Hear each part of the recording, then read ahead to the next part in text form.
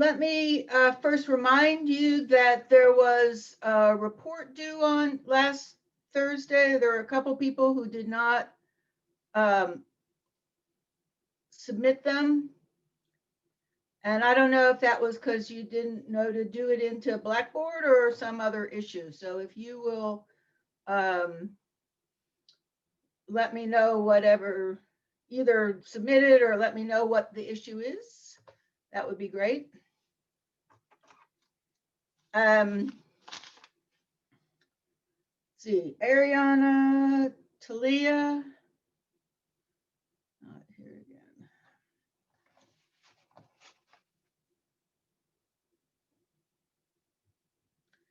Can't believe that it's finally election day.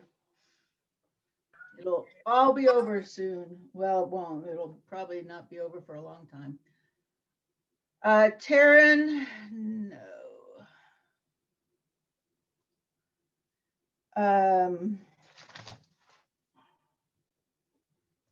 Paul, are you there?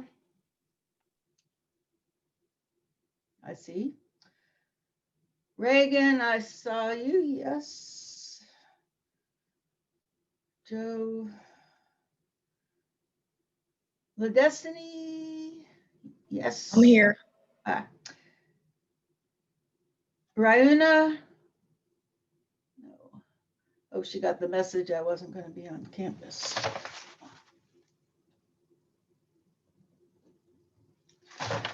Dana.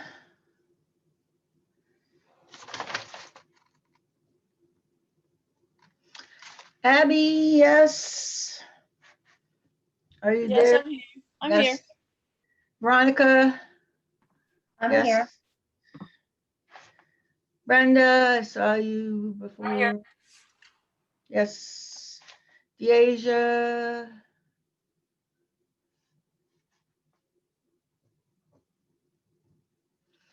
Elizabeth.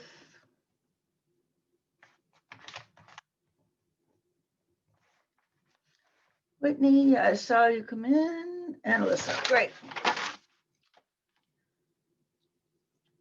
So hopefully everybody participated in the discussion about a topic. I went in and just kind of commented, discussed it. Have you, as a result of that, come up with an idea for what your topic's going to be? Any of you? No? Still kind of undecided, but I'll be there soon. Real soon. We don't have much time, but so I know real soon. Yeah.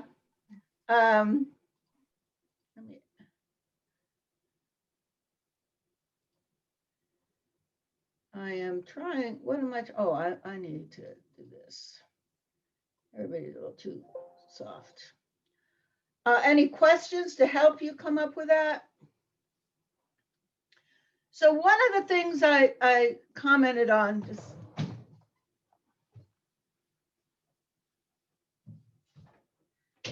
one of the things I commented on is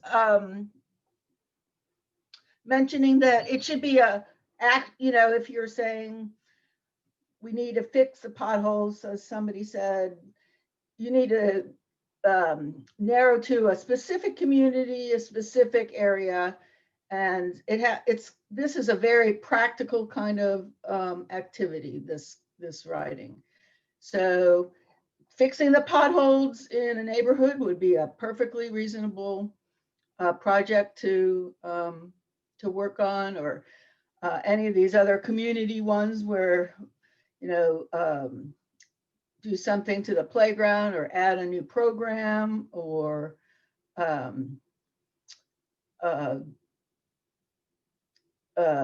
do something specific to fix the parking situation at ULR.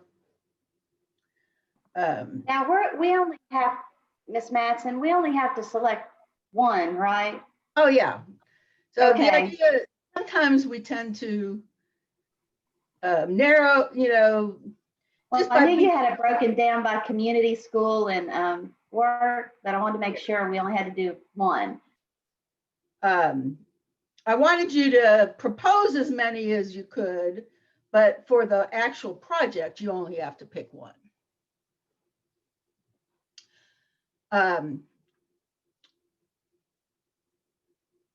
So hopefully as we go through today, you'll maybe be able to narrow it down. I'm going to talk a little bit about the research process. And I'm also going to talk a little, give you some examples of plans that people have written. So let me.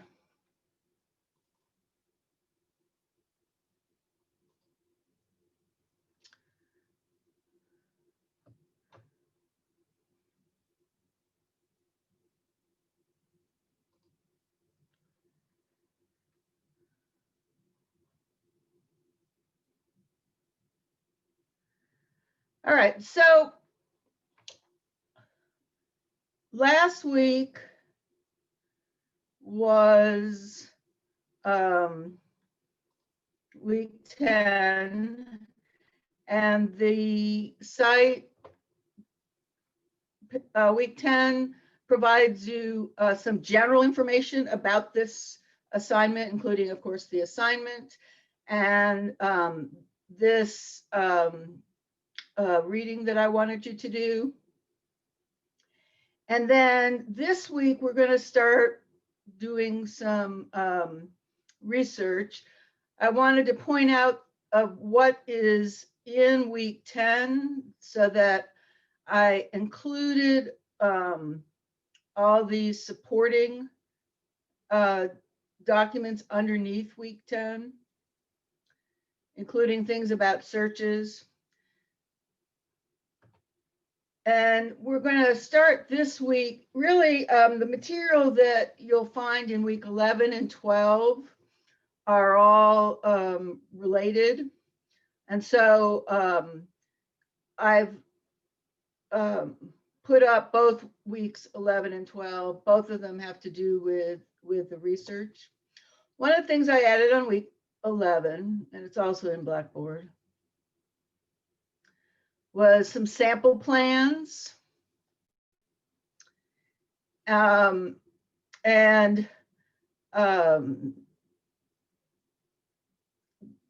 are they are including the things that I wanted you to include. So this student, and these are based on student assignments submitted earlier. So this person decided to base my last project on a problem that seems to cause problems in the healthcare field, and that would be scheduling. I will propose that the hospital I work at begin self-scheduling. With self-scheduling, staff begin self-scheduling days they would like to work first, and then the unit manager makes the final decisions. It's interesting, the other day, I have been going to a physical therapist, and the therapist that I've going to, she said that their boss adopted physical self-scheduling for the week, for the holidays. So the boss paired them up, and then those people are supposed to, the people who are paired up, they're supposed to work out who takes what for the holidays. Oops, sorry if y'all hear her.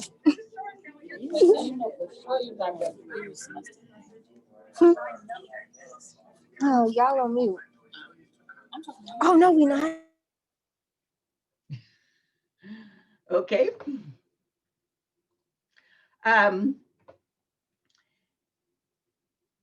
Anyway, so I just thought that was interesting that it's actually something that is done. I'm hoping that from my recommendations, the managers will be able to see, coming from two different sides, how the scheduling could affect them or benefit them. So the audience, she's planning to write to, were the unit managers in the hospital. They play the most important role when it comes to making the staff schedules. So notice this is designed, to be written to a very specific person or persons that this is related. Now, you do not have to actually give it to the people, but you might, and I encourage you to do that, because the more you are actually planning to turn it into a real person and not a teacher, not that we're not realtor people, the more you'll kind of be encouraged to really take it seriously and make decisions that are rhetorical decisions about what would work or not work. The genre is going to be a memo, since I'm writing within an organization. This goes back to what I showed you last week from that textbook selection, the internal versus external, and solicited versus unsolicited. Most of yours are going to be unsolicited, but many will be internal, many will be external. So she's writing to somebody within the organization that she works, so a memo is appropriate. And then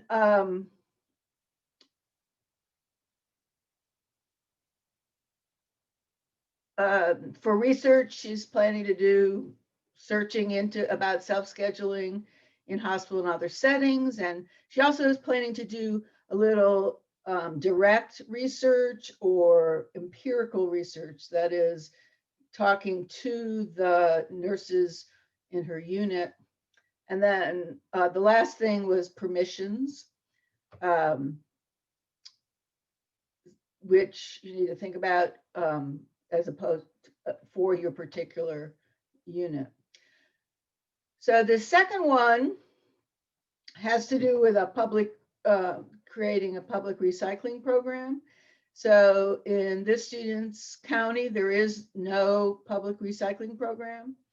And so she wants to write to the county, whatever the services unit is for that. And so an audience and genre, we're writing my proposal as a letter rather than a memo, because this is not an internal affair, and the audience will be the county planning board. And more specifically, and she listed the actual person. So sometimes you have to do a little research. This is the same as with the letters, a little research to actually find out who would be an appropriate audience. And then for research and permissions, she's looking at two different kinds of research. One, the scholarly research on the benefits of recycling and the problems associated with not recycling. Probably could also do with problems associated with recycling. And then just local research. She thought she'd try to find out about the local, another county's recycling program. So I wanted to share that with you as examples for how to figure out, how to write a plan. You can do it as a memo, or you can just do it as a paper. Notice both of these divided it up with headings, which I think is a good idea. So is there questions about this assignment, which is due on Thursday?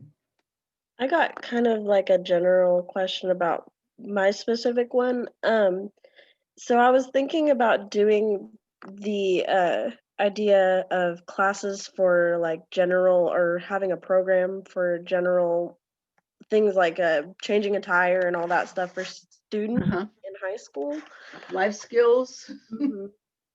Do you think that the audience, I should have just local high schools, or should I try to see who I need to give it to in the state? You could do, well, I think probably to a school district. Okay. Because unless you're wanting to say that the state should make it as a sort of requirement across the state, state doesn't get too much into that kind of thing. Yeah. You know, the schools are under local control. Yeah. Okay. So, what school So, system did you go to I went to Lake Hamilton in Hot Springs. in Hot Springs? Do they have anything like that? They have like a home ec kind of class, but Yeah. it's not really life skills. Yeah, so I think it would be, and is there just one high school there? In Hot Springs, there's like 4. Or, yeah, I think to the school district would be great. Oh, And I know there are programs like that across the country.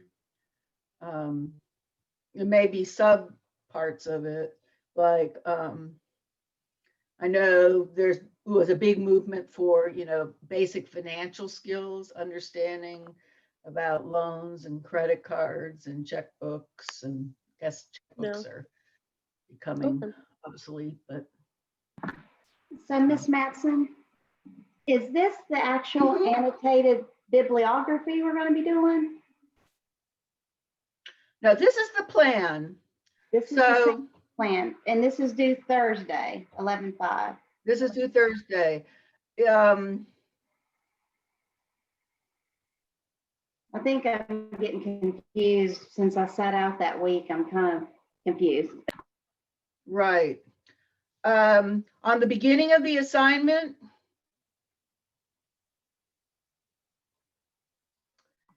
Okay, I see it now. Thank I tried to, I called them task 1, task 2, task 3 to try to make sure it's clear.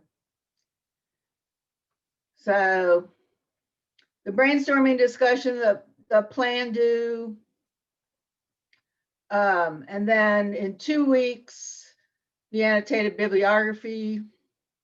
That's the week before Thanksgiving. And then after Thanksgiving, the draft.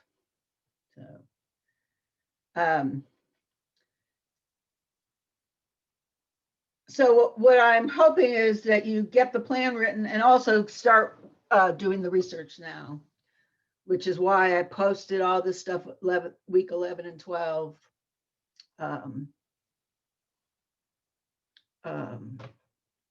In Weebly. Other questions about the plan?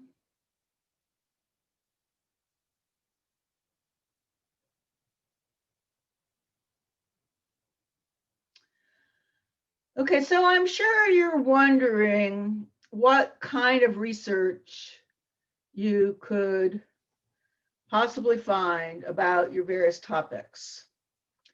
And so that is going to be partly what we try to deal with, while I also show you how you use the library databases to find this kind of research. On week 11, and I actually posted these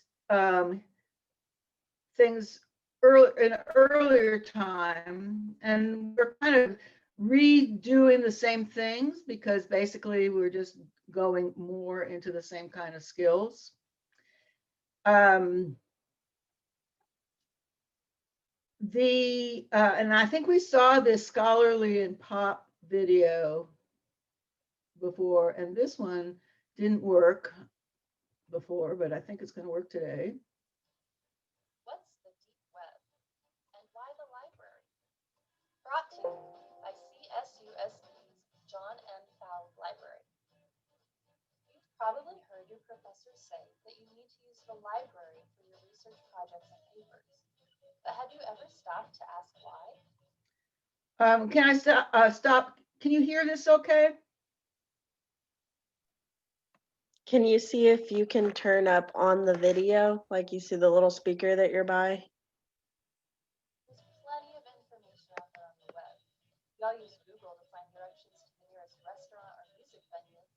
So why can't we use that for our research as well?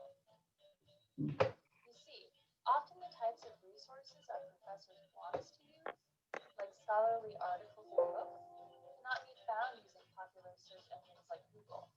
This is Are you able to hear it? Hardly, but I'm sure if you start it from the beginning and use the captions, everybody can see it. Okay.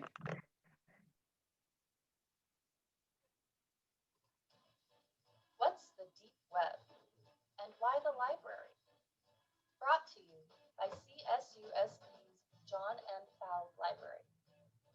You've probably heard your professor say that you need to use the library for your research projects and papers. But have you ever stopped to ask why? There's plenty of information out there on the web.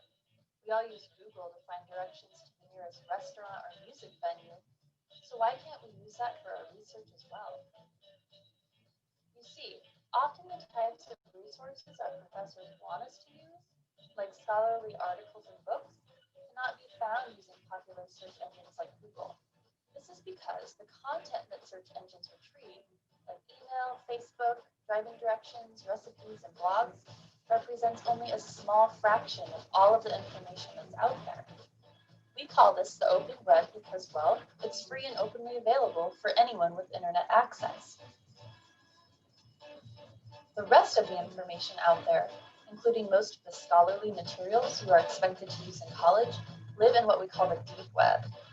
There's a lot down there, but it's not free and open. Because scholarly information is more socially valued than, say, your grandmother's status updates, it costs money and is thus limited to those who can afford to access it.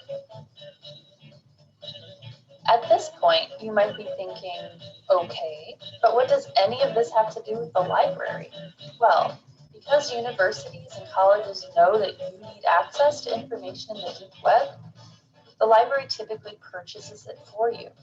Just as libraries have long purchased books for people to borrow at little or no cost, we also purchase subscriptions to databases that give us access to the deep web. So, while you are in college and paying tuition, you are one of few who has access to this highly valued information. Others who aren't in college or who cannot afford to independently purchase information aren't so lucky.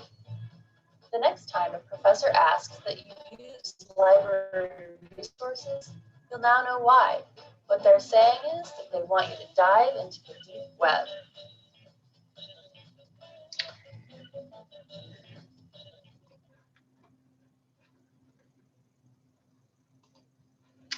So I think I just thought about, Well, that's a little off-putting to me.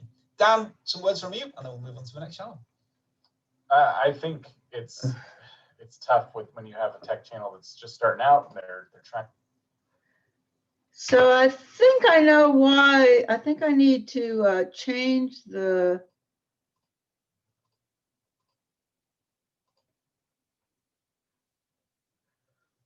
audio.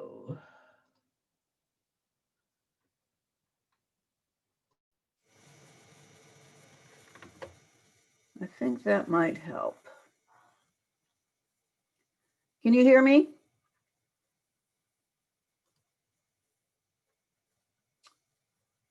All right. So I know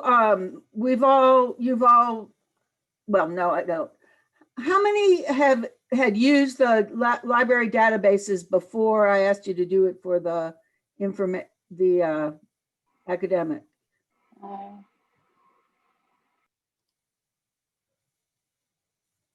I am going to. Does everybody know how to raise your hand in Zoom?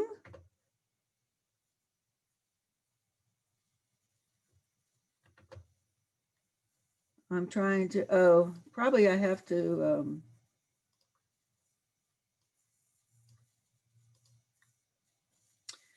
on the bottom of the screen, under participants,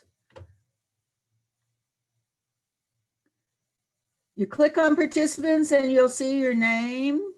All right, so everybody who has used them before, how about if you click yes, And who has never used them before, how about if you click no?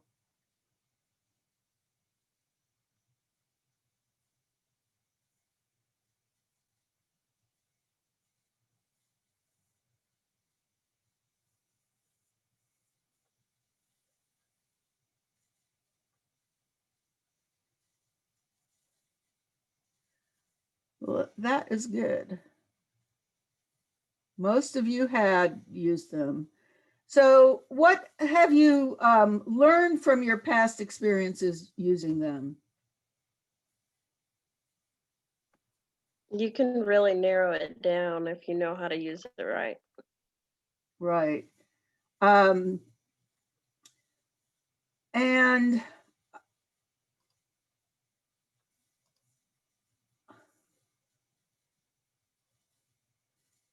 so this perfect was saying you could hear better, Whitney? Looking at the chat. Yeah, she said it whenever you turn the captions on to the. Oh, yeah, that's a great suggestion. Okay, so I'm going to try this other video. So this website from the University of Victoria in Canada is extremely helpful. And I think we're going to look at 3 separate little videos that they've done, and then I'm going to show you a search on my myself.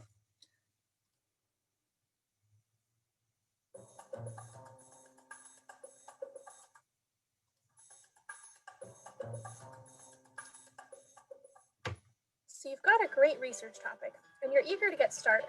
All right, tell me how the sound is now. It's a lot better. It's a lot better. Yeah, I think before what it was I was using the audio from my webcam. So it was just picking it up. And now I shifted it back to the laptop itself. Except you just can't find scholarly works written on the topic, even though you're sure they must exist. What next? Let's say your research question is, how does class size affect reading level in elementary school students? If you were Googling this topic, you'd probably type it in just like that, as a question. But you wouldn't get very scholarly results from a Google search. What would happen if you searched the whole question in a database or library catalog? You would likely get way too many results, and most of them wouldn't be related to your topic at all. This is because the database is searching for items that include any of the words you used, including ones that aren't specific to your topic, like affect or does. Or you may wind up with no results at all, because the database or catalog is looking for something that has all of those words. So, what keywords should you use to find information on your topic? First, you need to identify the main ideas in your topic and strip out the words that connect them. In our sample question, the main ideas are class size and reading level. You can strip out all of the connecting words. Words like affect may seem important to your topic, but when you search the words together, the idea that one factor will affect the other is assumed. Next, you need to brainstorm all of the different synonyms and related terms that people may use to talk about these concepts. For example, class size may be the most obvious term to you, but someone else may use the related phrase student-teacher ratio to discuss the same thing. For reading level, you could try literacy and reading comprehension. Now we can search with different combinations of these words. To test my new keywords, I'm going to use the combination class size and reading comprehension. I didn't get very many results, but some of them look promising. More importantly, I've discovered that some people refer to reading level as reading achievement, so I have a new keyword that I can try during my next search. This can be a helpful strategy. Sometimes you need to learn more about a topic through preliminary searching or background reading to figure out which words are used the most for a concept. Another important thing to remember about your results list is that you're not likely to find a bunch of sources with your exact topic in the title. The articles you find may be related to your topic, but you'll need to do a bit of reading to figure out how it relates to your own work. Now, Did I stop sharing? No. Okay, because this resume share popped up on my screen. that we've got our list of keywords, check out our next video on searching with keywords to learn how to use Boolean operators to supercharge your search.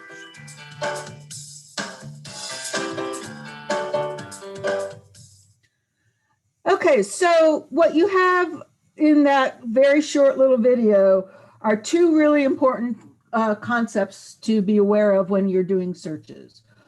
One is that you need to use keywords as opposed to natural language sentences, which you can do with a Google search. And the reason for that is that these searches are not quite as smart maybe as Google searches. They only look for what you tell them to look for. And so if you give them a whole language sentence, a natural language sentence, they look for something that has all of those things, and that may not be possible. Or they look for all those words and you end up with thousands and thousands, and it doesn't know whether your minor words are as important as your major words. So what you have to do is identify what your major words are, or what they call is keywords or search terms. The other thing that's important from that is that the databases all have that there may be synonyms that would be useful for those words, because people talk about these things in different ways. So for example, I'm going to show you a search in a few minutes where several people have mentioned things about increasing the dining options at ULR. So that's definitely something you can research through the databases. And the key terms I was thinking about was something to do with dining options and something to do with colleges, because ULR is a college. When you think about college, there are obvious synonyms like universities. And so I decided I'd change that and say colleges or universities. And when you think about dining options, you know, there's other synonyms that might come in like food or well, like food, for example. So that's the first 2 points to get from this videos. 1, pick search terms, and 2, come up with synonyms for the search terms. And you kind of have to be flexible in trying to figure out what those search terms would be. So we're going to look at the next one.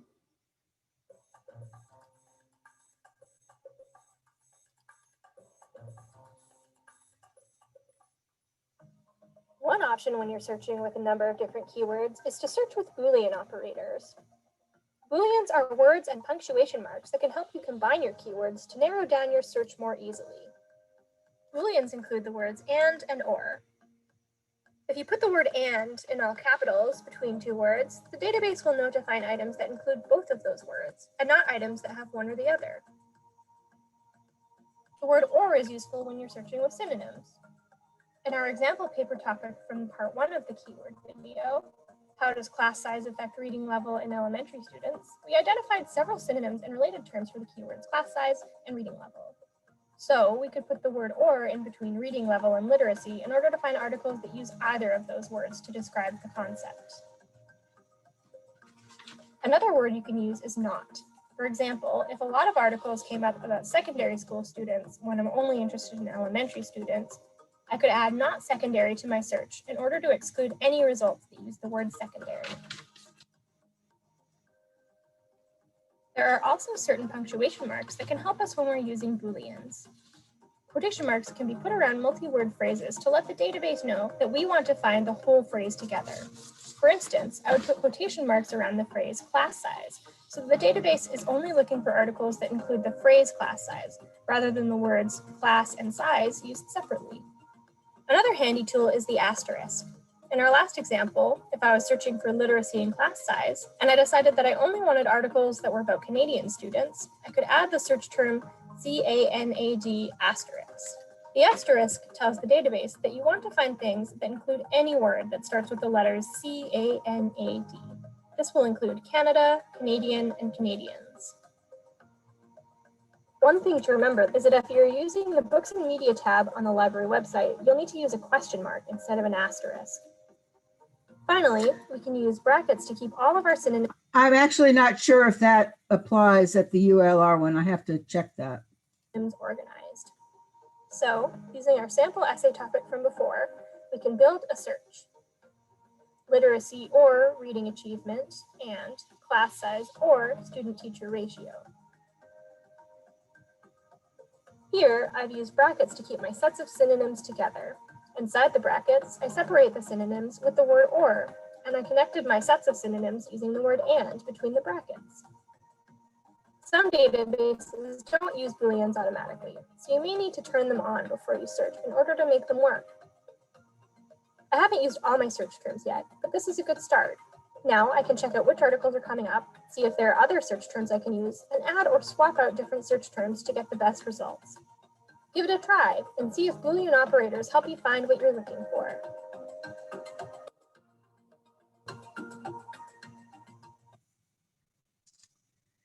Okay, so Boolean operators is a fancy term for something that is pretty simple and kind of common sense, but it does really help you in doing searches in these library databases, especially if you add on the idea of quotation marks around a term that you want to be treated together, or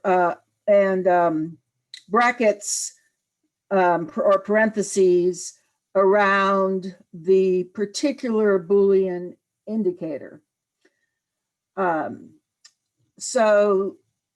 And one of the things we'll find when we start looking at that is that you're able to do that in using the actual search template. But you notice that what they did there is they came up with basically a formula with ands included within brackets and or outside the brackets. And so that way, and it functions exactly like parentheses in a math equation. So if you have a left bracket, you have to have a right bracket.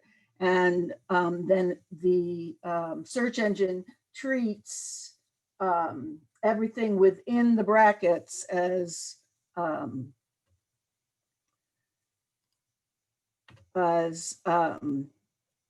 something to find together. I have one more search that I'd like you to, one more video that I'm going to share, and then I'll jump to actually doing the search itself. So this is on the University of Victoria website, and they have combined all their little videos. And I will tell you that I have spent a lot of time out on the web looking for various resources, and this University of Victoria material is among the best because they're short, precise, and very clear, and they all pretty much work at ULR. The colors might be slightly different on, but they're the similar things. So we're going to look at this search tips one, is the last one.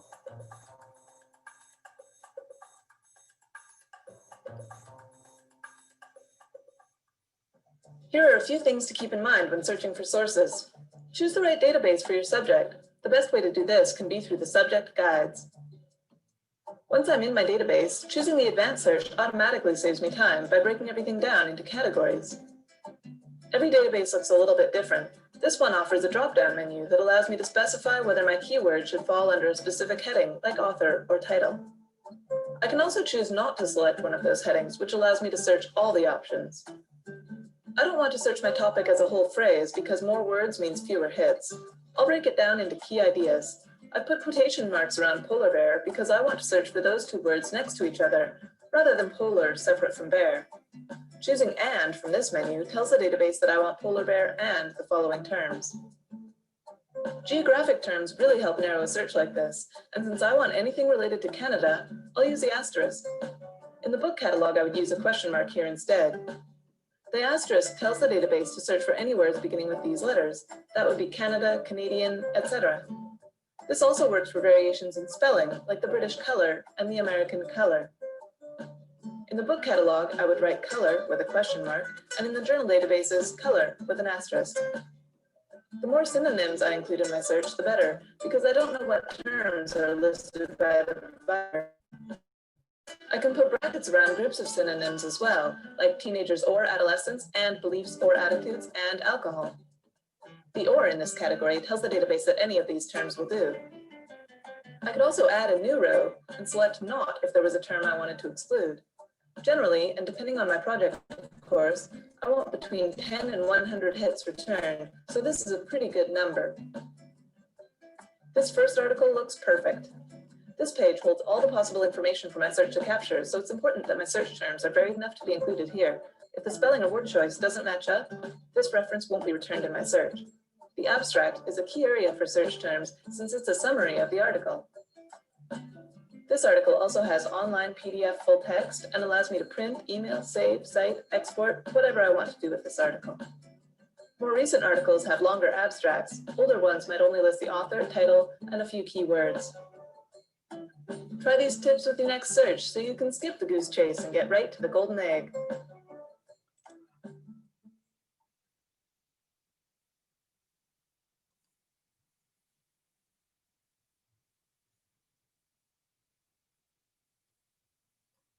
In the Army, I learned. Okay. I'm going to do a search now, but before I do, are there any questions?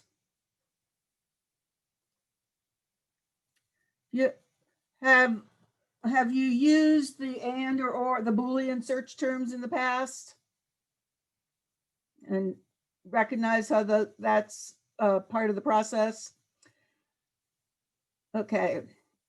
So I'm going to, as I said, do a search, and hopefully if we have time, we can do some searching on some of your topics.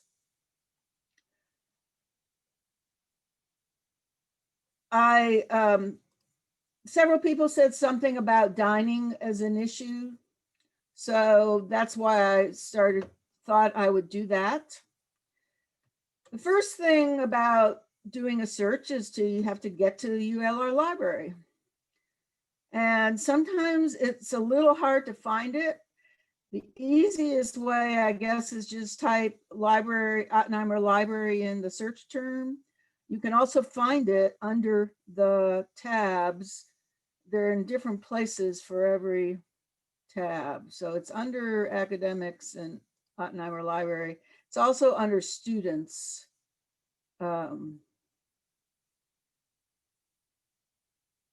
Somewhere. Oh, under resources on the left.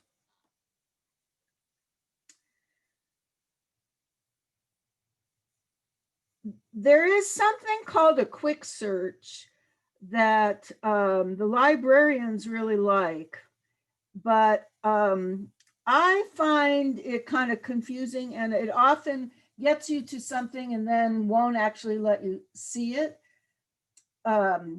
The benefit of it is that it can be used by people who aren't at ULR. So if for some reason you've forgotten your ULR login information, you can do that. But I'm going to suggest that we work with the databases. And if you already know a database, you can type that in here. But we're going to start over here with the list of databases. There are 191 of them, which is kind of overwhelming.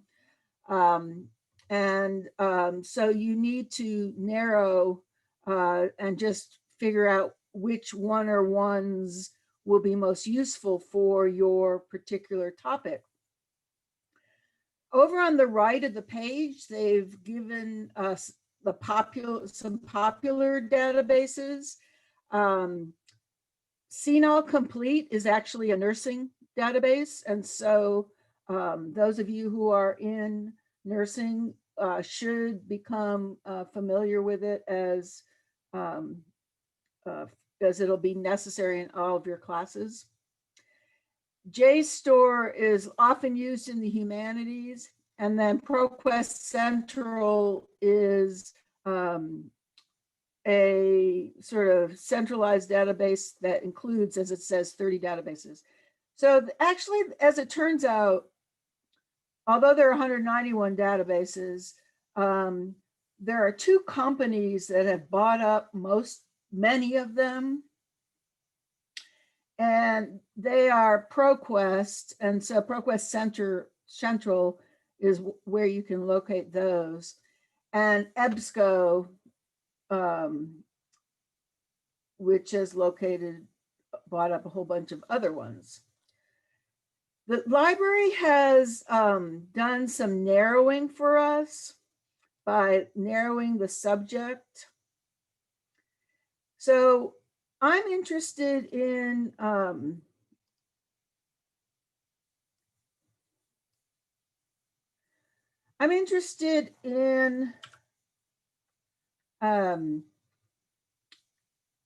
dining in universities. So I think that's probably an education topic. So I'm going to look at the education one, and on any of these pages, they will give you in yellow the best bets, and then they will give you a bunch of other ones. So I'm just going to pick Education Research Complete as a best bet. And it turns out to be an EBSCO host database. And as I said, EBSCO has bought up 1,000, no, not 1,000, but many. So on the page, I said select database or choose database, and all these databases come up. So it turns out these are all EBSCO databases. And one of the benefits of EBSCO having bought them all is that you can do a search with all of them or any of them at the same time. So here's Education Research Complete, which is what I picked. I'm going to also click the other 2 education sources. And there's a description about these. So Education Research Complete is the definitive online resource. And then Education Source is designed to meet the needs of education students and education students. I'm not really sure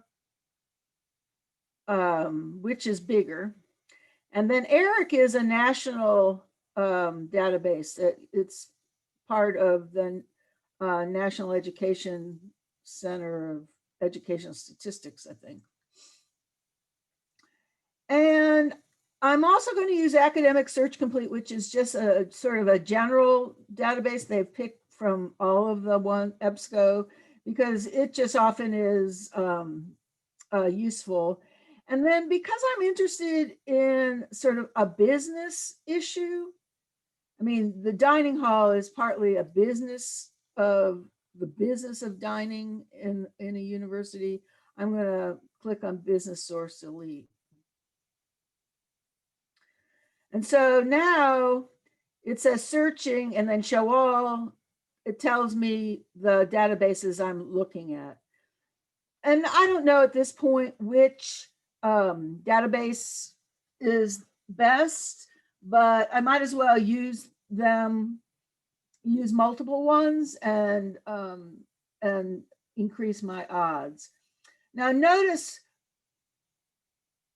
it says here, some of these ways of limiting and focusing your search. And so this database is one that starts with Boolean search terms, but you can also change it to any or all search terms. And you can also apply different things. There are limits, but we're not going to limit at this point. We will later, but see all these different ways that you can limit. I mean, you can even limit it by a different language. I don't know if there's something written in Afrikaans that's out there, but so you can definitely limit it to English. You can limit it to type, publication type, document type, just a lot of different kinds of things. I am going to limit it to, well, no, I think maybe not. Let's not do that. All right, so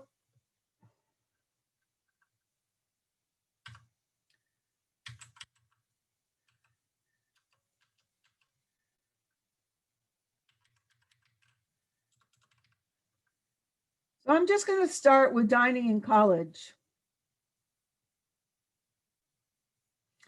And you notice that I have 5,587 sources.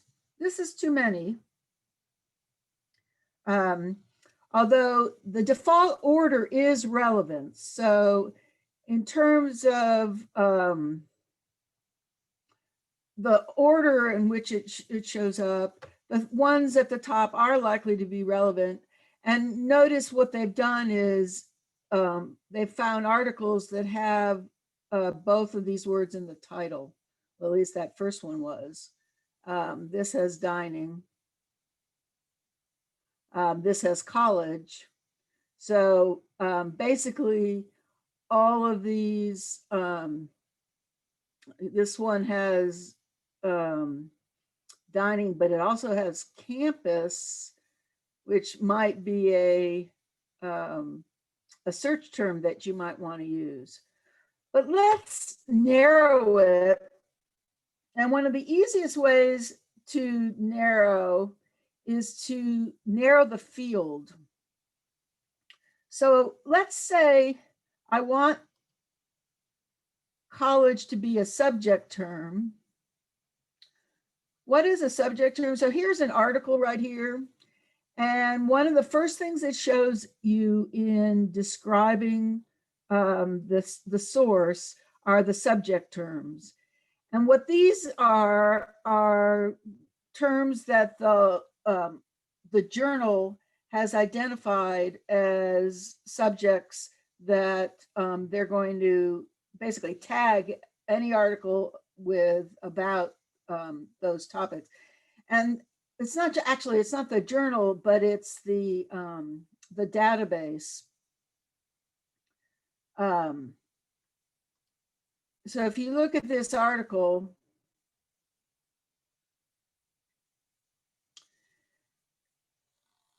the article gives you the author, the source, that's the journal, information about the journal, the permanent URL, whether it's peer reviewed, meaning whether it's an academic scholarly article, and an abstract. And all of these things can be narrowed. Each of these descriptors are basically subject terms. And each of these descriptors can be used for a search. So there's a search term for dining facilities. And if you click on it, you notice that what you have here is a new search in which dining facilities has become the subject term, and that's what SU stands for, which is one of the fields that you can choose. You could also say dining facilities is in all text, which will get you much more. So in terms of articles that use dining facilities as a subject term, there are apparently 678.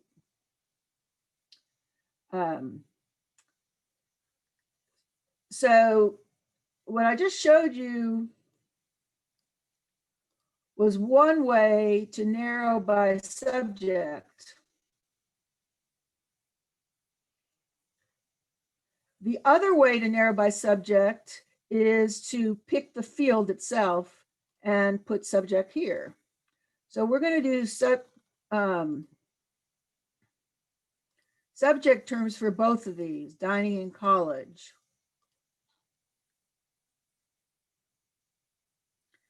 And so instead of thousands, we now have 204.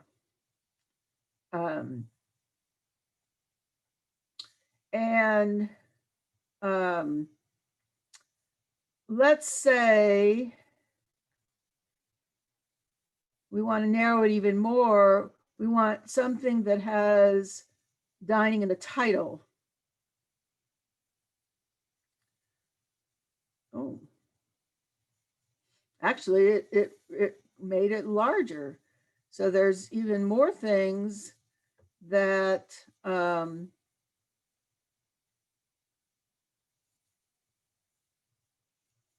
that have dining in the title, and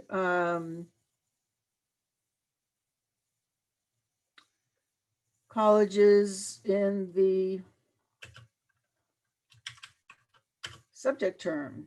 So let's say I want to have this synonym college or universities.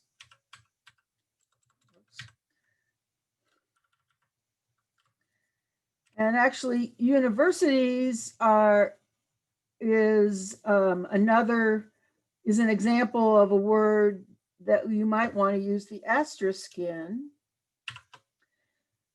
What that means is it'll give us university or universities, and I'm not sure if there's any other words that it will give us, but that way we don't have to type in both of those.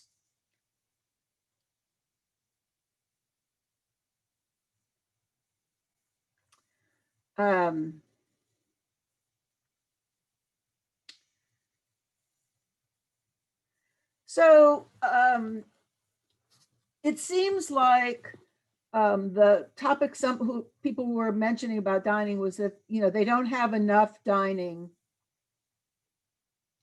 at ULR.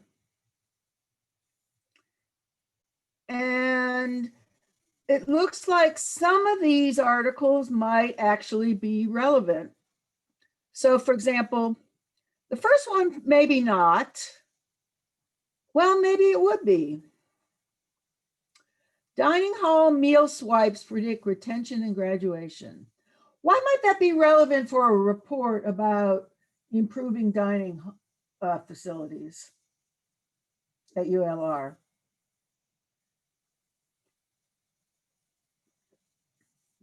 Anybody have any idea?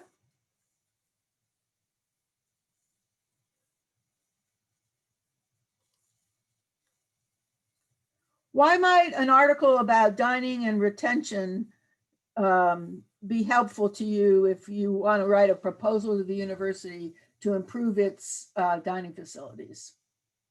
What does the university care about? Or among things. How many students are enrolled there? How many students are enrolled there? So retention and admission, keeping students happy, keeping them there. So I haven't read the article, but you know, it is a possibility that that article would in fact be relevant. And actually it opens up a whole nother search, which I'm not going to do right now, but let's say you did a search on retention and dining facilities in college and see if there, you know, anybody's done any other research besides this one article. So don't always assume that just because it's not exactly about what you're saying, that it might not have any value. So if this article makes a point that you can learn about, you can use dining hall usage to predict retention and graduation, maybe that would be something that you'd use as part of your persuasive pitch about why it's there.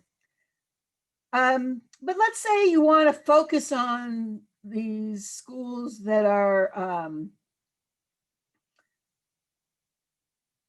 doing different, more creative, more interesting things. And so this article seems interesting. Campus diners need to get creative. And focuses on college campus dining service, include information on the corporation of niche food stations by colleges for specific dietary needs, and includes the views of business services at Tufts, Kent State, Carnegie Mellon, and Northwestern.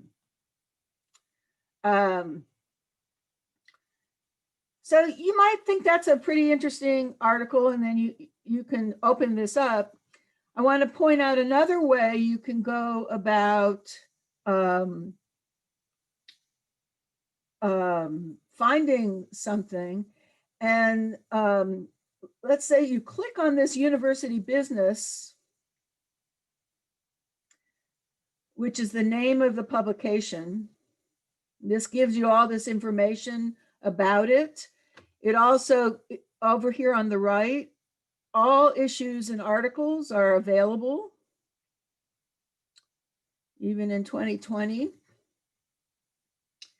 And you can search within the publication. So university business, there's many parts of university business, but dining is going to be one of them.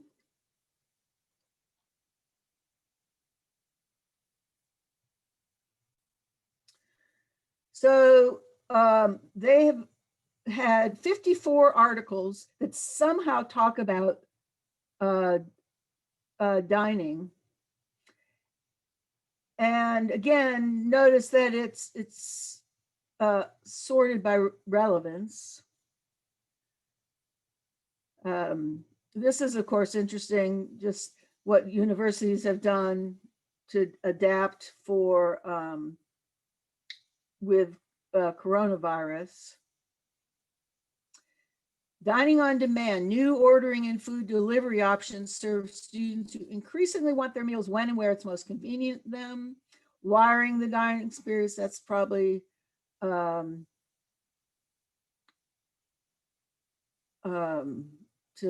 get Wi-Fi. Menu for a successful dining program, booting the gluten. So there could be, once you find an article from a publication that might logically carry other topics, you can search within the publication and find other ones that might even be more related. Evaluation of student satisfaction with 3 all-you-can-eat university dining facilities. That also sounds like it might be a relevant topic.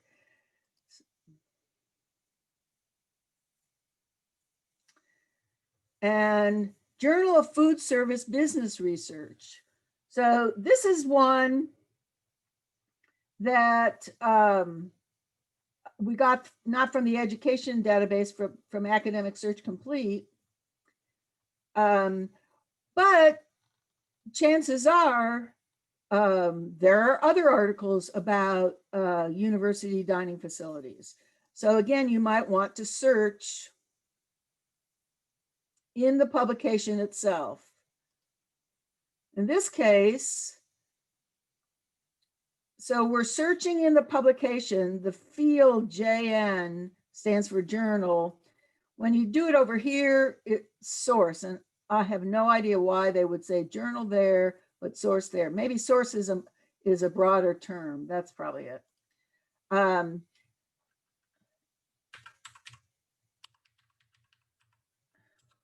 let's just do university with the asterisk, so it could be singular or plural. And the first one that comes up is that.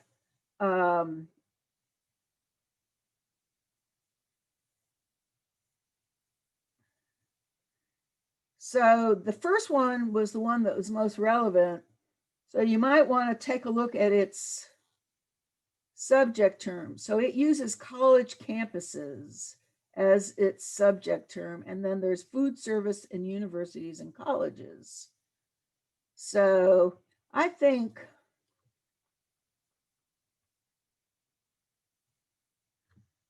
we will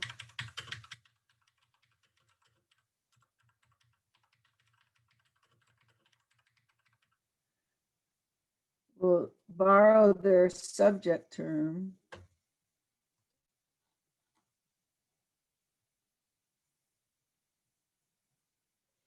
This gets us to 11,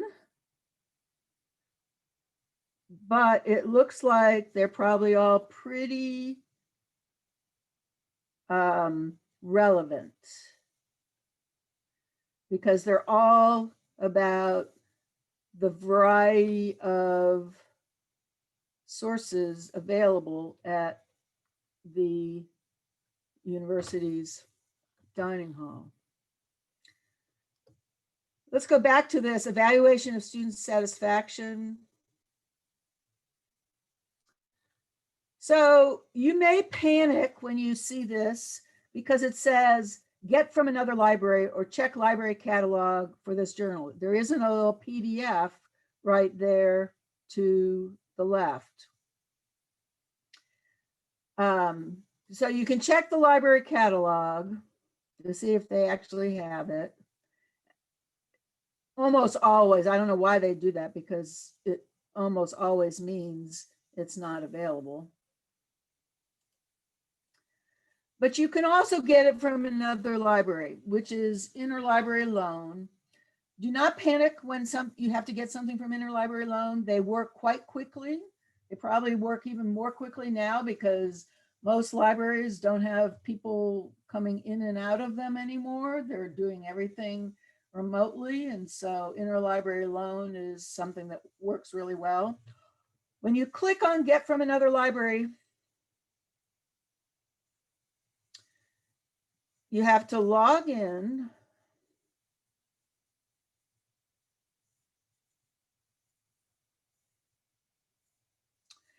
And what we have just done is logged into my interlibrary loan account, which I'm working on my home computer. So I've done that before, of course.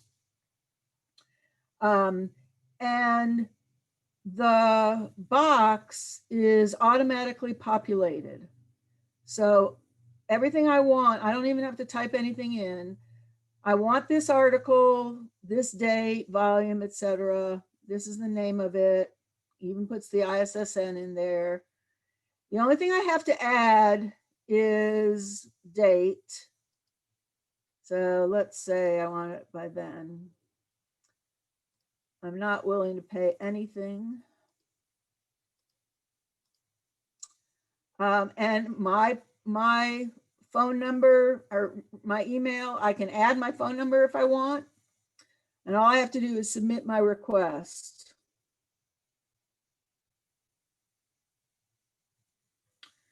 And you can see here all the articles I've requested lately. And what happens with an article that you've requested is that they will send it to you, they will send you a notification that it's there, and you just log into your interlibrary loan account. And then it will be available for you to get for a while. So you'll see all these, the last one I did was in August and the link has expired by now, but I could duplicate the request and request it again. And sometimes they cancel it, etc.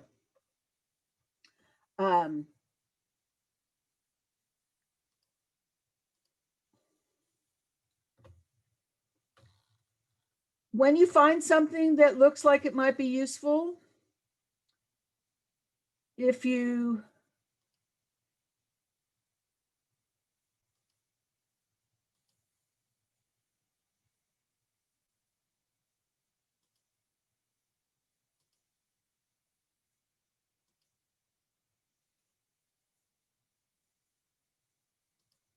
I'm going to go back to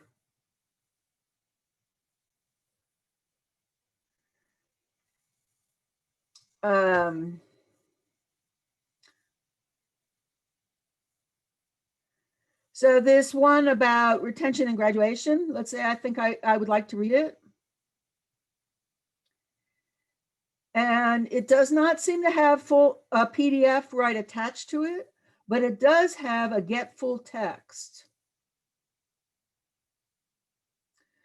And what that usually means is that outside of EBSCO, some other database that they've got will give you that source. So this was in volume 51, number 6. Whoops, need another year. Miss Matson, I hate to interrupt you. Yes. I'll have to leave at 2:55 so I can get back to work. So I just want to give you a heads up if I have to say. Okay, I appreciate it. Okay.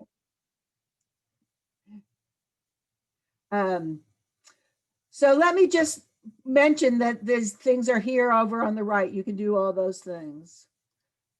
So as you can probably tell, I find this kind of fun and really interesting to just kind of explore around. You do have to leave yourself sort of a amount of time to find things, and you have to be willing to be kind of flexible as you explore around it. So, but I will be helping you all with your searches as we go forward. I wanted to just make sure you had an understanding of the basics before we did. So for Thursday, submit the plan, which means you have to have decided on something. And if you're concerned about what kind of research you should look for, drop me an email and I'll brainstorm with you about what you can do. Questions? All right, thank you. Sorry for going over.